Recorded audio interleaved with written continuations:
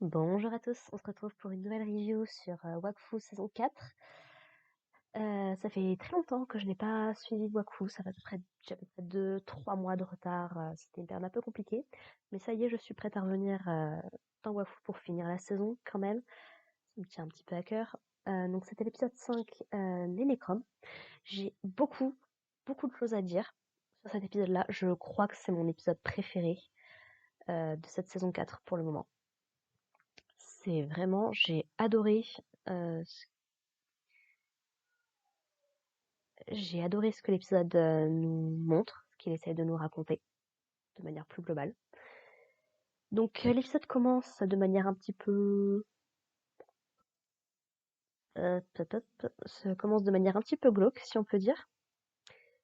Et donc on a donc la nouvelle force, les nouveaux ennemis qui ont l'air d'être de cette saison, les Nécroms, du coup, qui attaquent une pauvre vieille qui est sur sa barque et qui est en train de pêcher. Donc, on comprend rapidement que les Nécroms, bon bah ils sont là pour ils piquent le Wakfu, ils le transforment probablement en stasis. Peut-être qu'ils sont faits uniquement de stasis. Ce serait pas impossible puisqu'on sait que le Wakfu c'est bleu, le stasis c'est violet. Donc en fait c'est le principe que le Wakfu devient de la stasis, ce qu'on avait plus ou moins vu en saison 1, saison 2. Suite à ça, donc on retrouve Amalia et Armand qui reviennent au royaume Salida. Armand qui est très en colère, très énervé de la proposition de la déesse Héliatrope de gérer un petit peu tout ça de son côté et de s'impliquer dans les affaires du monde. Ça, Armand, c'est quelque chose qui lui plaît absolument pas. Et très vite, en fait, ils sont informés de l'attaque qu'il y a eu à la fin du dernier épisode sur l'espèce de verger qu'on avait vu à ce moment-là. Alors, étonnamment, les Necrons n'ont pas continué. Ils ont l'air de s'être arrêtés là. Alors, pourquoi, comment, peut-être pour avoir plus de force.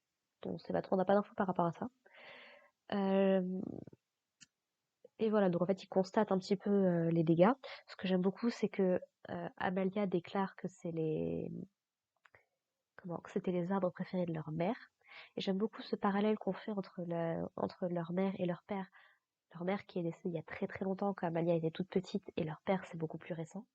Mais du coup, il y a ce côté, Armand et Amalia doivent prendre leurs responsabilités en tant qu'adultes, réellement. Ils n'ont plus de garde-fous pour les protéger. Ils sont vraiment obligés de prendre leur responsabilité en tant qu'héritier du royaume Salida et de voir un petit peu que bah, tout ce qu'ils ont connu est en train de s'effondrer un petit peu. Je sais pas, je trouve la symbolique très belle et j'aime aussi bien l'échange entre Amalia et Armand un peu plus tôt où Armand lui dit non mais tu n'es pas du tout rationnel quand tu parles de Hugo, quand tu parles de tout ça, tu es beaucoup trop naïve. Et je dois bien avouer que j'aime beaucoup Armand. Certes, c'est pas le personnage le plus sympathique du monde ou le plus empathique par rapport à la situation d'Amalia ou autre, mais il a une certaine forme de sagesse, je trouve. Je ne peux plus ça de la sagesse, comment dire, de, en gros, il a conscience de comment marche le monde. Il se rend bien compte de la menace que représente la déesse Héliatrope avec tout son peuple. Je continue à penser que la déesse Héliatrope, il y a quelque chose qui est pas net.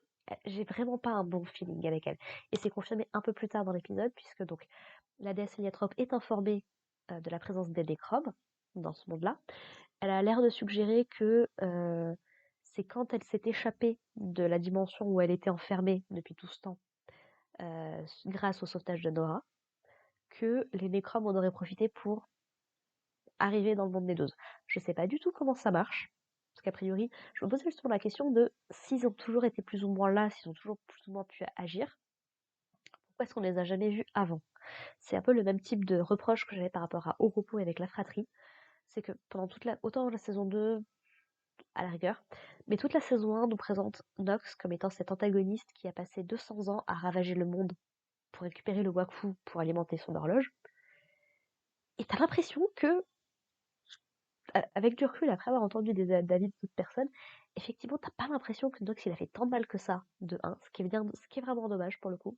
C'était déjà une critique qu'on peut faire dans la saison 1, et puis plus encore avec les saisons d'après. Mais c'est surtout que tu te dis, si Nox il a fait autant de mal, pourquoi est-ce qu'on n'a jamais entendu parler des autres trucs? Si les Nécroms étaient dans une autre dimension, à la rigueur, pourquoi pas, mais on ne sait pas exactement depuis combien de temps la déesse est revenue non plus. c'est encore flou au niveau du timing, parce que pareil, pourquoi est-ce qu'elle n'est pas intervenue avant avec tout ce qui s'est passé? Enfin bref, c'est toujours un peu confus.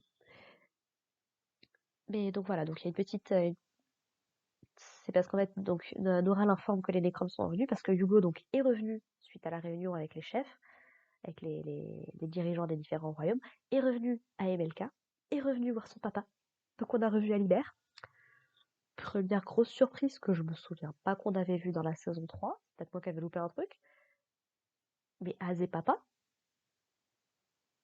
Az, il a trouvé une maman tofu et il a eu des petits tofu. Az est devenu un papa tofu. Et je trouve ça trop beau, trop mignon, tout choupi. C'est encore une fois un témoignage du temps qui passe, quoi. Donc c'est mignon.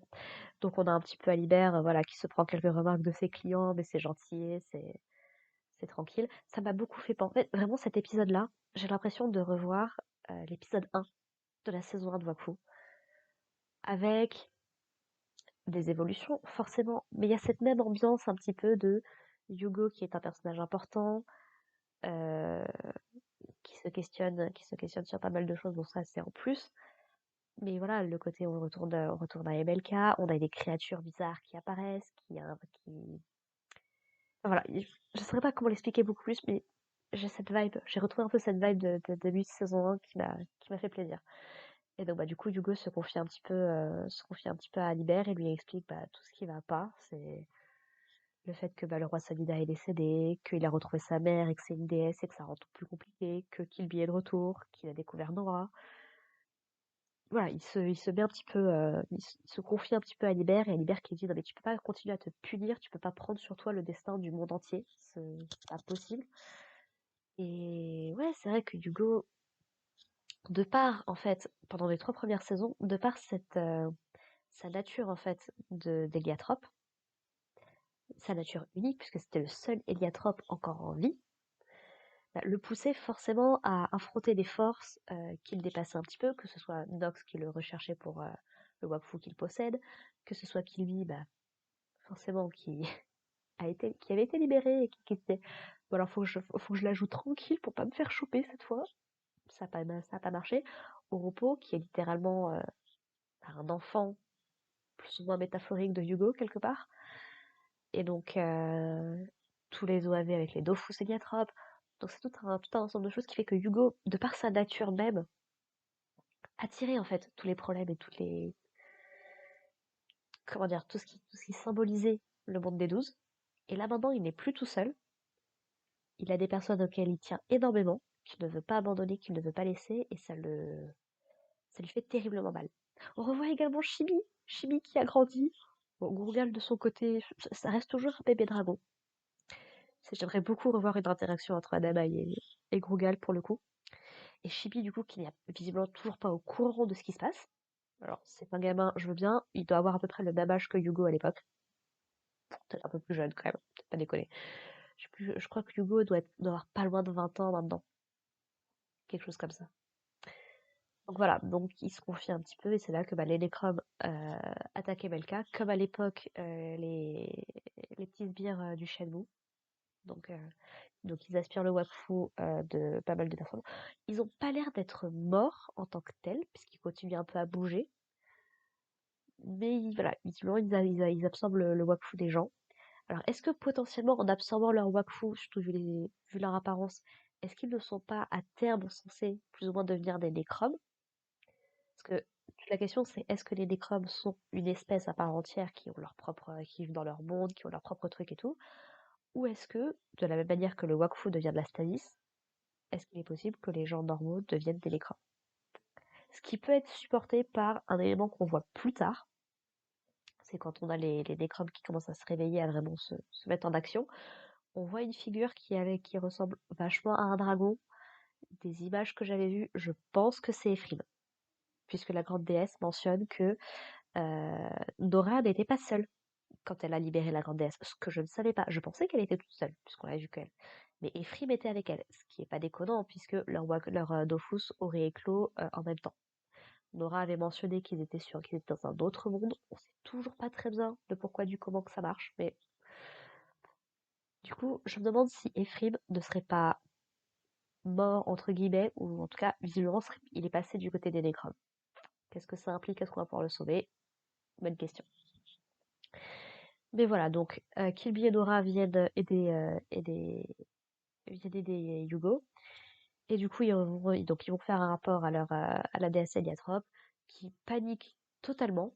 Forcément, elle a subi des trucs visiblement pas sympas, parce que c'est littéralement la source de Wakfu primordiale, je pense. Je suis pas sûre de celle-là, mais c'est le gros truc de Wakfu dans les parages, quoi. Tout comme le Grogalo Ragrad, le Shenmue ou l'arbre de vie Salida était pour Nox. Et donc elle est en mode panique totale et elle dit faut vite que tout le monde rentre, là c'est pas possible, il faut qu'on se casse en fait. Elle dit oui, ce monde est perdu, c'est bon. Donc ça prouve quand même la menace des Necrons, parce que ça veut dire que même la déesse Eliatrope n'a pas été capable de le faire, autant qu'elle soit fait avoir par tous les dieux, les 10 ou les 12 de l'époque.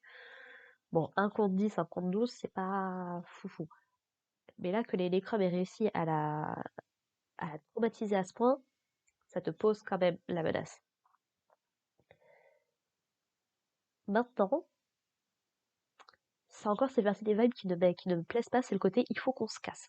Quelque part, c'est logique. Maintenant, on sait pourquoi est-ce que Kibi voulait se casser de ce monde-là.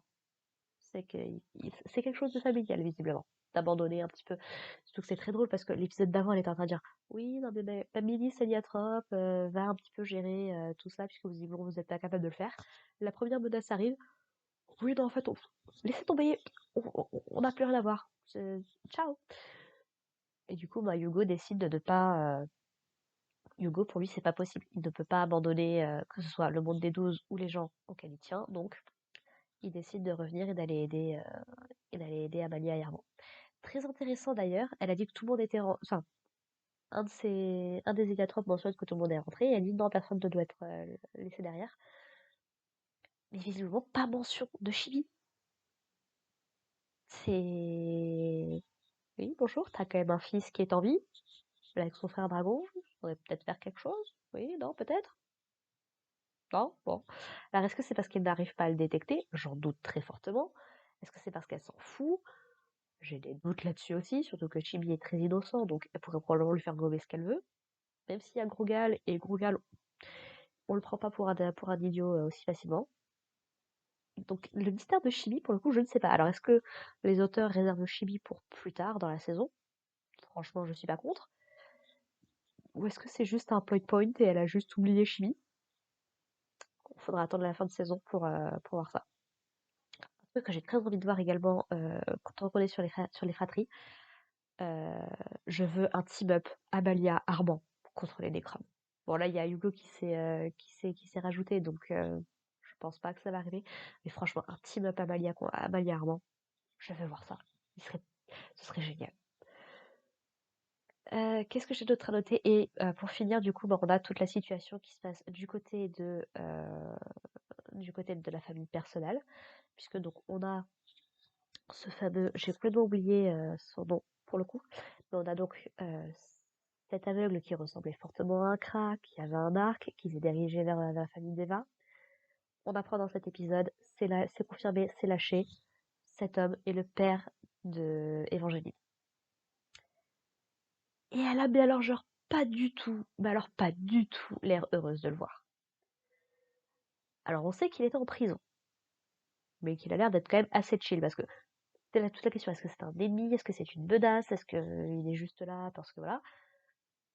Visiblement, il n'a pas envie de leur faire de mal. Sinon, Tristepin, il serait plus là. Pareil, il fait passer un petit test à Flopin. Ce sont tous les deux des cras. J'aime beaucoup d'ailleurs parce que t'as Ellie qui dit oh, on s'ennuie puisque c'est Diop et tout, elle est le plus cognée dessus et tout. Et tu as Goutard qui dit oh, mais laisse-les s'amuser un petit peu. Pour une fois qu'ils ont quelqu'un qui joue dans la même catégorie d'eux, c'est vrai que c'est là que tu dis. C'est vrai que des archers, on n'en a pas vu beaucoup. Et donc, du coup, ben, le père d'Eva s'est pointé.